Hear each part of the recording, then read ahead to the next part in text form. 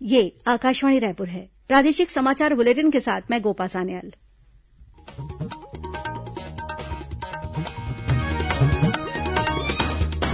और अब पेश है आज के मुख्य समाचार। प्रदेश के 22 लाख घरों तक इस वर्ष नलों के जरिए स्वच्छ पेयजल पहुंचाने का लक्ष्य। मुख्यमंत्री ने जल जीवन मिशन के तहत 238 करोड़ रुपए की परियोजनाओं का शिलान्यास किया। कोरोना संक्रमण की स्थिति में सुधार को देखते हुए रेलवे ने कई ट्रेनों का परिचालन फिर से शुरू करने का निर्णय लिया। आयुष विश्वविद्यालय ने नर्सिंग पाठ्यक्रमों के लिए परीक्षा तिथि की घोषणा की। और अगले 24 घंटों के दौरान प्रदेश के कुछ स्थानों पर भारी बारिश होने की चेतावनी।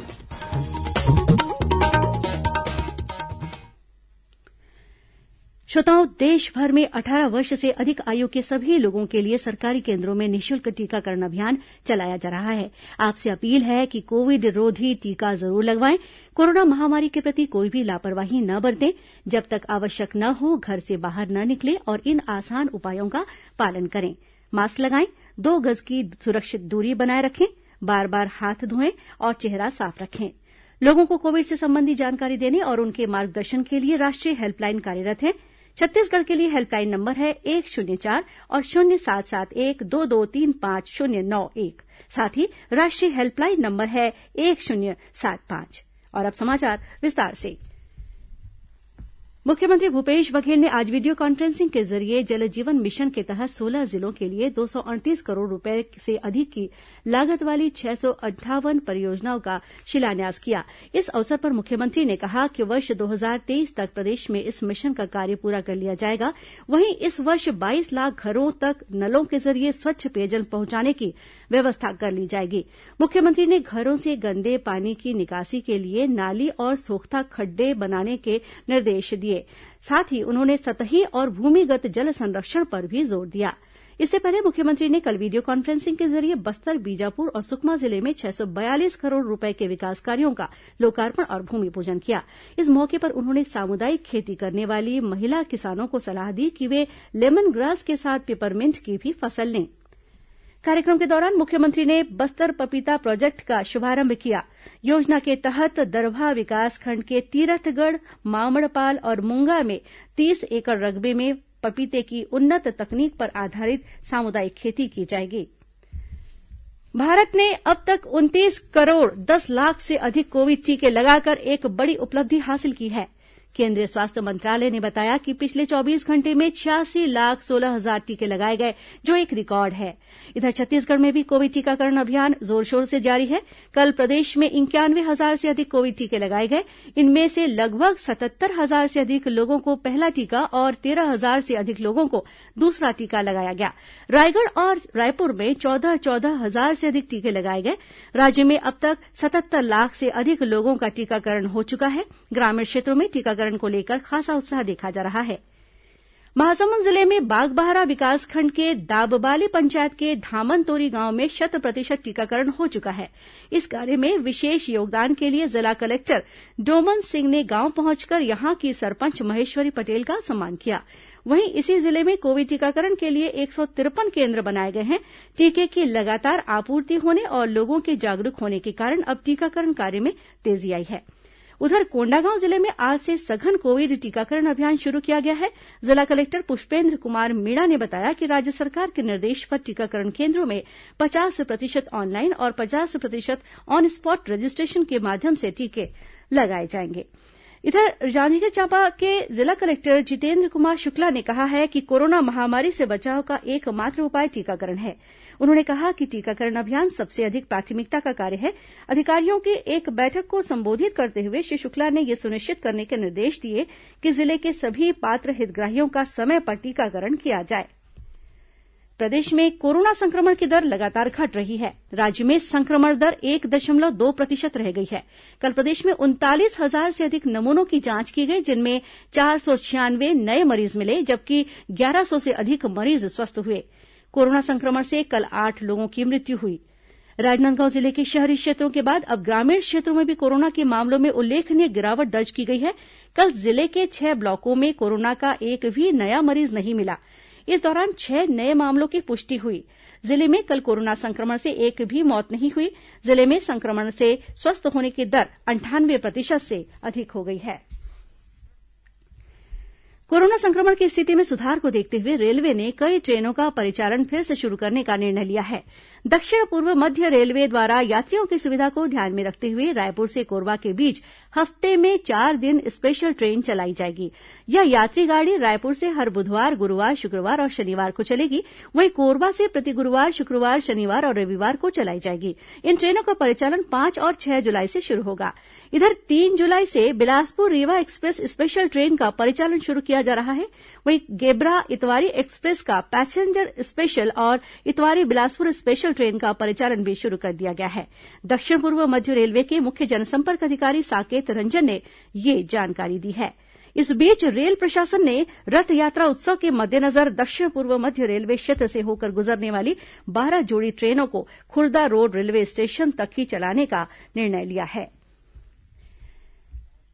रायपुर स्थित पंडित दीनदयाल उपाध्याय स्मृति स्वास्थ्य विज्ञान और आयुष विश्वविद्यालय द्वारा नर्सिंग के सभी पाठ्यक्रमों की परीक्षा तिथि घोषित कर दी गई है। स्वास्थ्य मंत्री टीएस सिंहदेव ने कल रायपुर में एक बैठक लेकर सभी शासकीय मेडिकल कॉलेजों की व्यवस्थाओं की समीक्षा की। बैठक में स्वास्थ्य मंत्री ने मेडिकल कॉलेजों की अधोसंरचना, भवन की स्थिति, प्राध्यापक और अन्य कर्मचारियों की उपलब्धता, शिक्षा तथा इलाज व्यवस्था के साथ अन्य कार्यों की समीक्षा की। प्रादेशिक समाचार आप आकाशवाणी रायपुर से सुन रहे हैं। छत्तीसगढ़ की खबरों से है आपका वास्ता और खबरों की विश्वसनीयता से है हमारा वास्ता। आकाशवाणी समाचार रायपुर के प्रादेशिक समाचार बुलेटिन के साथ ही हमारे समसामयिक कार्यक्रम आप रेडियो के अलावा अपने मोबाइल पर भी सुन सकते हैं। आकाशवाणी समाचार फेसबुक, ट्विटर और यूट्यूब पर भी उपलब्ध है। हमारा Facebook page Chhattisgarh news on AIR, Twitter handle CGAIR news और हमारा यूट्यूब चैनल है छत्तीसगढ़ AIR न्यूज। तो अब रेडियो के साथ ही आपके मोबाइल के जरिए भी हम पहुंच रहे हैं आप तक। छत्तीसगढ़ की हर खबर के लिए सुनते रहिए आकाशवाणी समाचार। और अब आगे बढ़ते हैं बाकी के समाचारों की ओर। भारतीय जनसंघ के संस्थापक और शिक्षाविद डॉक्टर श्यामा प्रसाद मुखर्जी के बलिदान दिवस के मौके पर कल प्रदेश में अनेक कार्यक्रमों का आयोजन किया जाएगा। इसी कड़ी में राजधानी रायपुर में भाजपा द्वारा संगोष्ठी और पौधारोपण कार्यक्रम आयोजित किए जाएंगे। इन कार्यक्रमों में शामिल होने के लिए भाजपा के राष्ट्रीय महामंत्री दुष्यंत कुमार गौतम कल रायपुर पहुंचेंगे। छत्तीसगढ़ प्रवास के दौरान श्री गौतम 24 जून को भाजपा विधायक दल और अनुसूचित जाति मोर्चा की बैठक लेंगे। साथ ही प्रदेश पदाधिकारियों से भी मुलाकात करेंगे। इसके बाद वे 25 जून को महासमुंद में भाजपा के जिला पदाधिकारियों, मंडल प्रभारी और मंडल अध्यक्ष की बैठक लेंगे। कल सुबह रायपुर में शारदा चौक स्थित पंडित श्यामा प्रसाद मुखर्जी की प्रतिमा पर माल्यार्पण कर उन्हें पुष्पांजलि दी जाएगी। इसके साथ ही रायपुर जिले में भाजपा के सभी बूथ कार्यालयों में भी स्वर्गीय मुखर्जी के तैलचित्र पर माल्यार्पण कर उनके कार्यों का स्मरण किया जाएगा। मुख्यमंत्री भूपेश बघेल ने आज Bharat scouts and guides Chhattisgarh राज्य परिषद के नवनिर्वाचित पदाधिकारियों को वीडियो कॉन्फ्रेंसिंग के जरिये शपथ दिलाई। कार्यक्रम को संबोधित करते हुए उन्होंने कहा कि स्काउटिंग व्यक्ति के चरित्र निर्माण का आंदोलन है जो बच्चे के मानवीय मूल्यों को संस्कारित करता है। कार्यक्रम की अध्यक्षता स्कूल शिक्षा मंत्री डॉक्टर प्रेमसाय सिंह टेकाम ने की। अंतर्राष्ट्रीय योग दिवस के उपलक्ष्य में योग और कोरोना संक्रमण से बचाव विषय पर आज एक वेबिनार का आयोजन किया गया है। केंद्रीय सूचना और प्रसारण मंत्रालय के पत्र सूचना कार्यालय PIB रायपुर और प्रादेशिक लोक संपर्क कार्यालय ROB रायपुर द्वारा क्षेत्रीय लोक संपर्क कार्यालय FOB अंबिकापुर के सहयोग से इस वेबिनार का आयोजन हुआ। इसमें राज्य के प्रिंट, इलेक्ट्रॉनिक और ऑनलाइन मीडिया संवाददाताओं के साथ सूचना और प्रसारण मंत्रालय के अधिकारी सहित विभिन्न संगठनों के प्रतिभागी शामिल हुए। वेबिनार को संबोधित करते हुए योगाचार्यों ने कहा कि योग भारतीय संस्कृति की 5000 वर्ष पुरानी विरासत है। उन्होंने बताया कि सभी ने इस बात की पुष्टि की है कि कोरोना संक्रमण में योग एक सुरक्षा कवच की तरह कार्य करता है। माओवादियों के तेलंगाना राज्य सचिव हरिभूषण का दिल का दौरा पड़ने से निधन हो गया है। तेलंगाना के कोत्तागुड़म जिले के पुलिस अधीक्षक सुनील दत्त ने इसकी पुष्टि की है। उन्होंने बताया कि सुकमा जिले के जब्बागट्टा इलाके में हरिभूषण की मौत हुई। पुलिस अधीक्षक श्री दत्त ने बताया कि हरिभूषण कोरोना संक्रमित था। वहीं दंतेवाड़ा जिले में एक इनामी जन मिलिशिया कमांडर सहित 3 माओवादियों ने पुलिस के समक्ष आत्मसमर्पण कर दिया। पुलिस द्वारा संचालित लोन वर्राटू अभियान से प्रभावित होकर इन माओवादियों ने समाज की मुख्यधारा में शामिल होने का निर्णय लिया। ये सभी माओवादी अरनपुर थाना क्षेत्र में सक्रिय थे। और अब पेश है मौसम का हाल। मौसम विभाग ने आगामी 24 घंटों के दौरान प्रदेश में एक दो स्थानों पर गरज चमक के साथ भारी बारिश होने और आकाशीय बिजली गिरने की चेतावनी दी है। रायपुर स्थित मौसम विज्ञान केंद्र के मुताबिक एक ऊपरी हवा का चक्रवाती घेरा उत्तर पश्चिमी बिहार और पूर्वी उत्तर प्रदेश के ऊपर स्थित है। वहीं एक द्रोणिका भी सक्रिय है। इसके प्रभाव से राज्य के मौसम में भी बदलाव आने के आसार हैं। मौसम विज्ञानी एचपी चंद्रा ने बताया। कल प्रदेश के अनेक स्थानों पर हल्की से मध्यम वर्षा होने या गरज चमक के साथ छींटे पड़ने की संभावना है। साथ ही साथ एक दो स्थानों पर भारी वर्षा भी होने की संभावनाएं हैं। भारी वर्षा के क्षेत्र मुख्यतः मध्य छत्तीसगढ़ यानी बिलासपुर संभाग, दुर्ग संभाग और रायपुर संभाग के जिलों के एक दो स्थानों पर भारी वर्षा हो सकती है। साथ ही आकाशीय बिजली गिरने की भी संभावना है। आज रायपुर, कवर्धा और धमतरी सहित अनेक जिलों में गरज चमक के साथ बारिश हुई। और अब कुछ खबरें संक्षेप में। गृह विभाग ने विभागीय परीक्षा के लिए कार्यक्रम जारी कर दिया है। इसके अनुसार आगामी 23 से 28 अगस्त तक 2 पालियों में यह परीक्षा ली जाएगी। इन परीक्षाओं के लिए रायपुर, दुर्ग, बिलासपुर, बस्तर और सरगुजा संभाग के आयुक्त केन्द्रों का निर्धारण करेंगे। बलरामपुर जिले के त्रिकुंडा थाना क्षेत्र के चेरा गांव में आदिवासी पंडो जनजाति के 8 लोगों से मारपीट करने के मामले में पुलिस ने सरपंच पति सहित 10 आरोपियों को गिरफ्तार किया है। राजनांदगांव जिला प्रशासन ने अब शादियों में सशर्त बैंड बाजे की अनुमति दे दी है।